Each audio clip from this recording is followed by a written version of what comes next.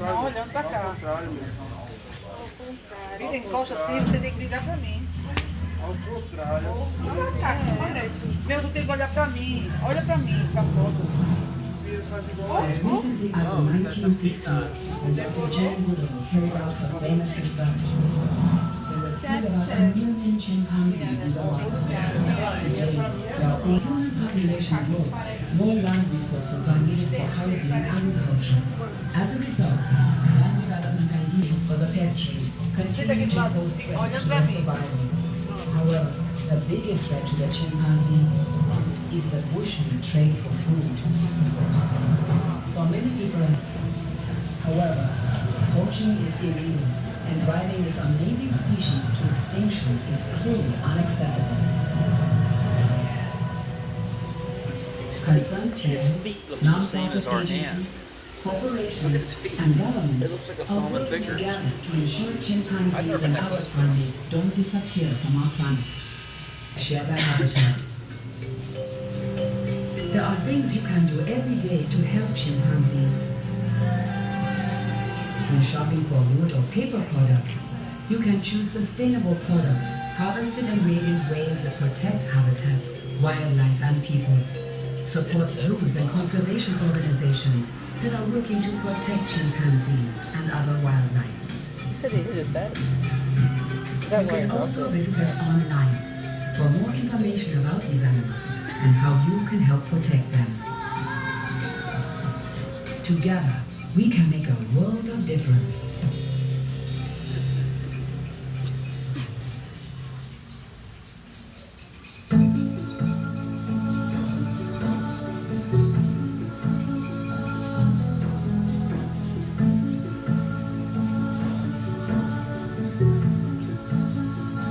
Any other animal.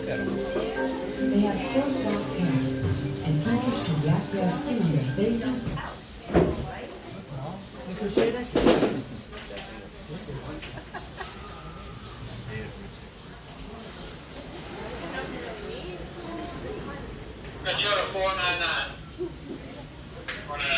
Hi everybody! We're going to do fun stuff, but to do that we need all of you to take a lot of steps backwards so that we can have space to set up and work with our animals. But what we're working on with our chimps, we know what their colors or shapes are. So once they, Ike has a black, I can't remember what shape it is, to be honest with you. It's a black colored color today. So it might not look like much, but it is really exciting, especially for this group of 6. They've only been all together for a year to all together to have one big group of 6. So they're learning how to kind of live together, work together, and we're learning how to work with them. Now if you guys don't want to stay back those questions until we're ready. No, he says, I'm not at this one. He's like, I'm so ready.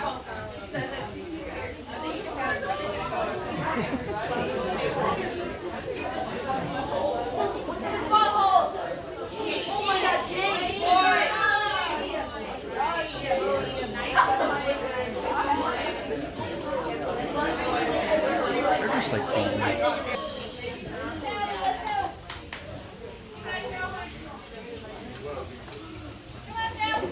following. She's going to answer questions, I think. Voices are on. Sally, let's go.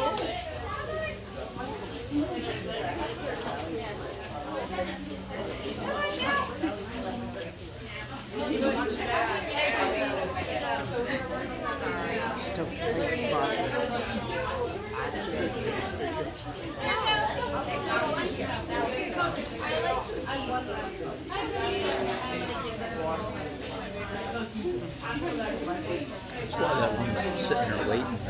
Yes. He knew what was coming. Sally.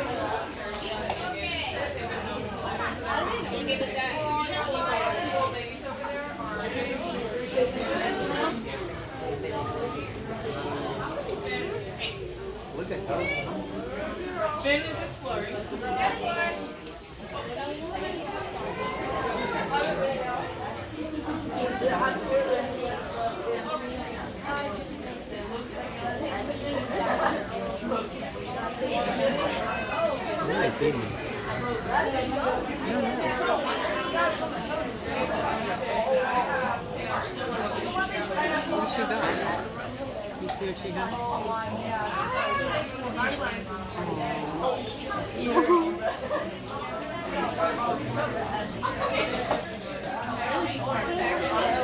Don't lose it.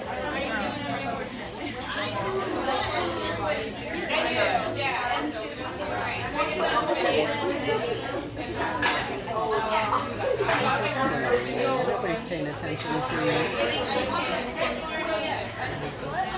We're gonna wrap.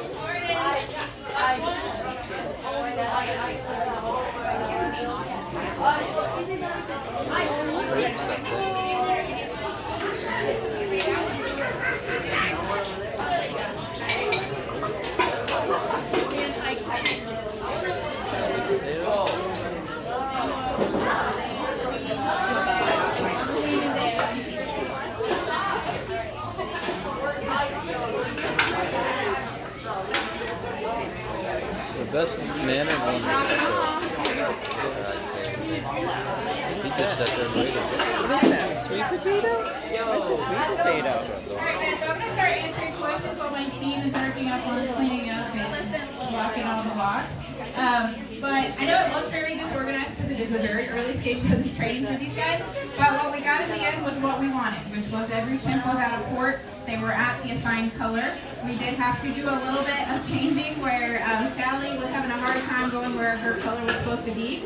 So instead we asked Cookie to go a little bit farther away, and then Sally came over here. I think Wendy and Finn looked pretty good on the other end for the most part. Finn is our youngest, he's 10 years old, so he does like to go exploring sometimes. We have kind of a variety of ages. You guys can probably tell by looking at them that some of the chimps are older than the other ones. If you guys had to guess which one was the oldest, you guys want to kind of point where you think the oldest one is right now?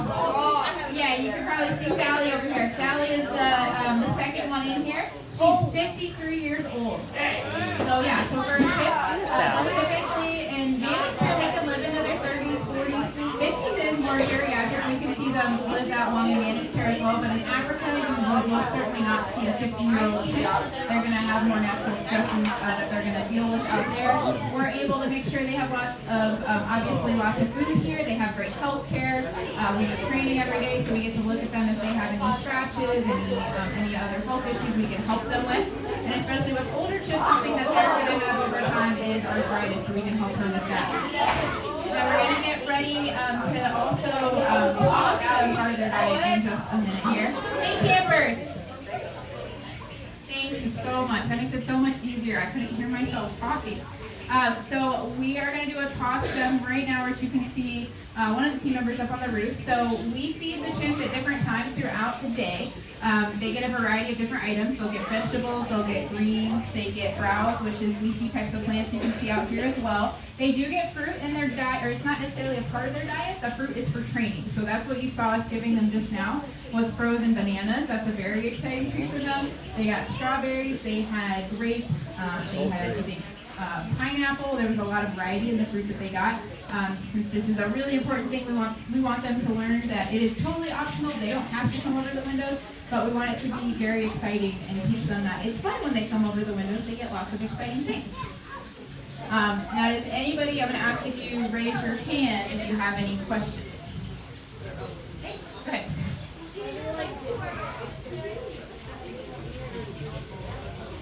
Are there different types of chimpanzees in here? Are there like subspecies of chimps? So there can be areas geographically that they're located in different areas from. These guys are all the same type of chimpanzee. These guys all either were born here at Busch Gardens or came to us from another facility. We'll give you guys a brief introduction of everybody. You might have noticed on their name tags, but we have Sally, our oldest, 53 on the left. We have Wendy, who's near her right now, behind her. She's 30. We have Cookie, who's 43, kind of in the middle there. Echo, next up, she is 29. Ike is 29 also. He's one of the two males. And then Finn is his son that's behind him over here. So Finn is actually the son of Wendy and Ike. The other members of the troop are not related to each other. So they're kind of like one big family now that they're all together. You can see that this is one of the things that they do together a lot is foraging for food. You can see them eating together. Sometimes Finn and Wendy will go eat together on the top of the tower, have a little date night. We'll see them do that from time to time. Oh, how fast can they run? You know how fast they can run? Not exactly. They're really fast. They're They're very fast. Yeah. I don't have their miles per hour necessarily, but I will tell you much faster than I can, so I would not want to race the chick. Okay. I can tell if it's a boy or a girl. So, right now, looking at their hind ends is actually the best way to tell. So the females have what's called estril pads. So you can see that the females look a little bit different than the boys. If you have more questions, let me know. All right. Any other questions? All right. We're really excited to be able to share that with you guys. Like I said, this is only the second time we've done that training session. I'm sorry, I didn't see the question. Where's the hand?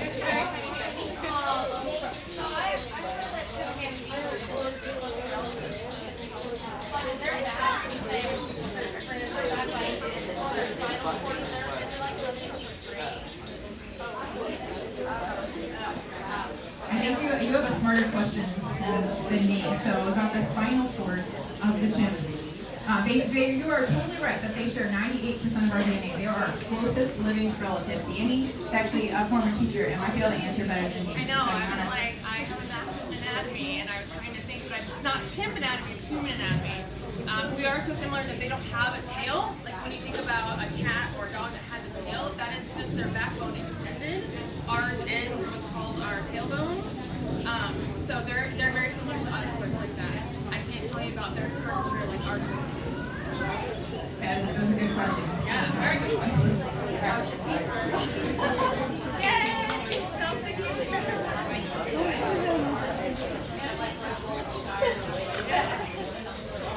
Yeah, so we're talking about how to tell the females and the males apart. So that's how you can tell the females and the males apart.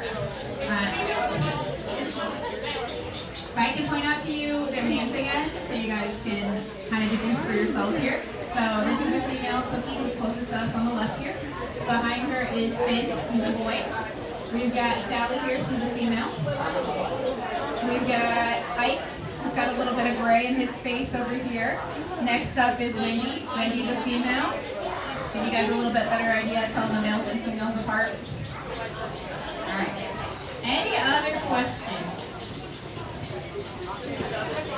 All right, well, we hope you guys enjoyed getting a chance to watch the chimps getting to see them be active and participate in their own health care. So just like you guys can go to the doctor, you might need to get a shot, maybe it's flu season.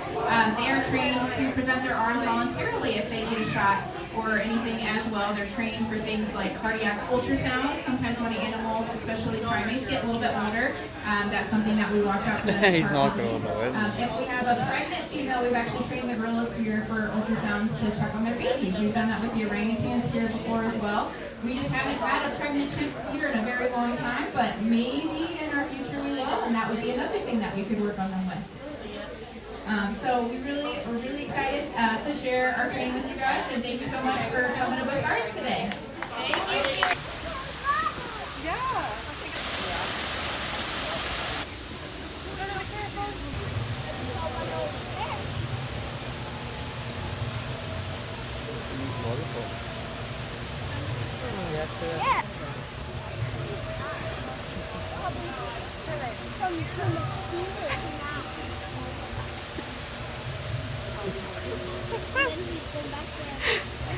He needs a hammock He does need a hammer. and a six-pack.